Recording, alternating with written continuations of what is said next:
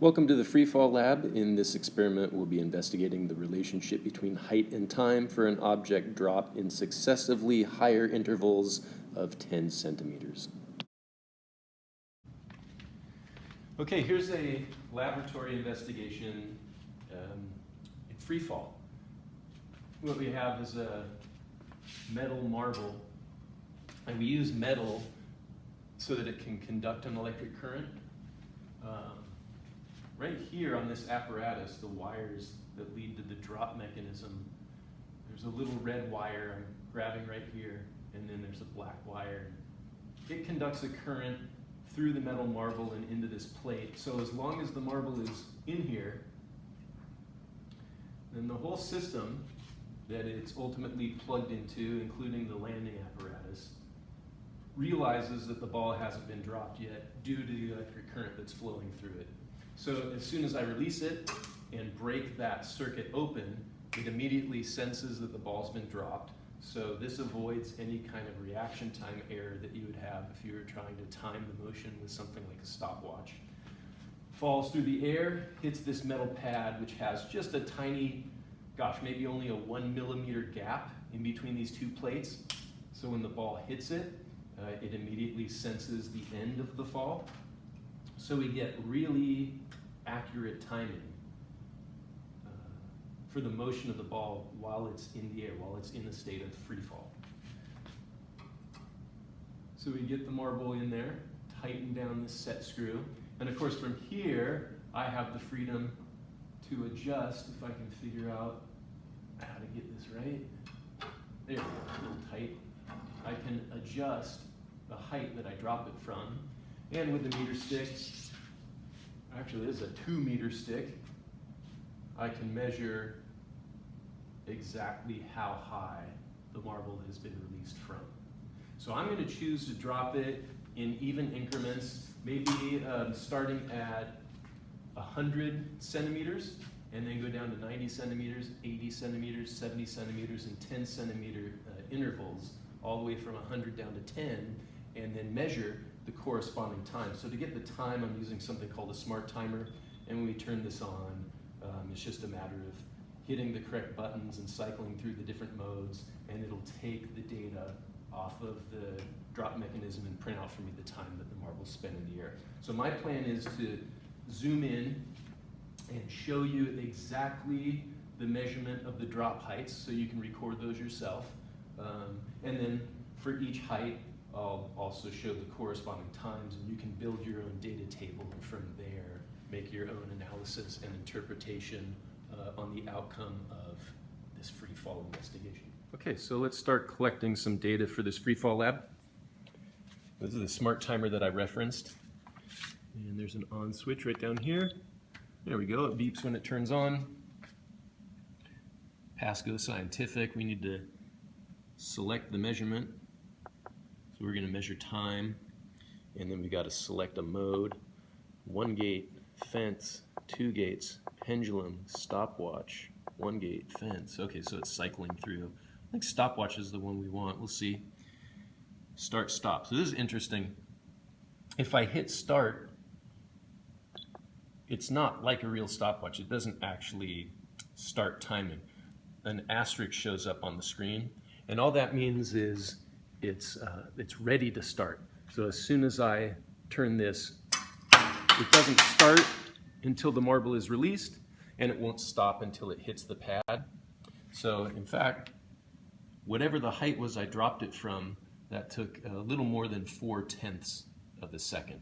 Although I didn't really choose any specific height, so that's not meaningful data yet. Anyway, for the next drop, I can't hit the start stop yet. First, I have to put the marble back in. Then once it's in there, I can hit that start stop button. And again, it won't really start the timing, it just says it's loaded and ready to. So let me go through that process and show you some data points.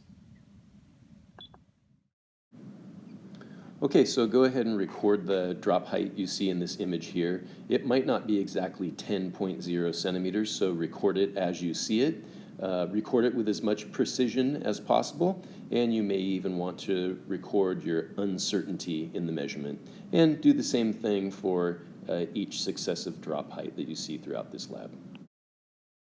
Okay, so you're going to see 3 different times corresponding to 3 trials dropped from the same height. So 0.1421, 0.1414 for trial number 2, and for trial number 3, 0.1412 seconds. Take the average of those 3 times, and once again, for a drop height of 20 centimeters, you'll see 3 different trial times.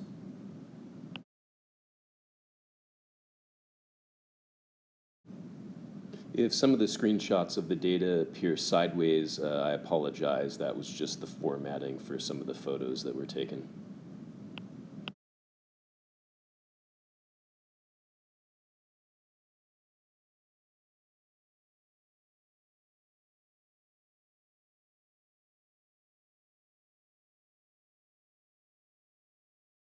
If you're trying to keep up, this is trial number 2 for a drop height of 30 centimeters.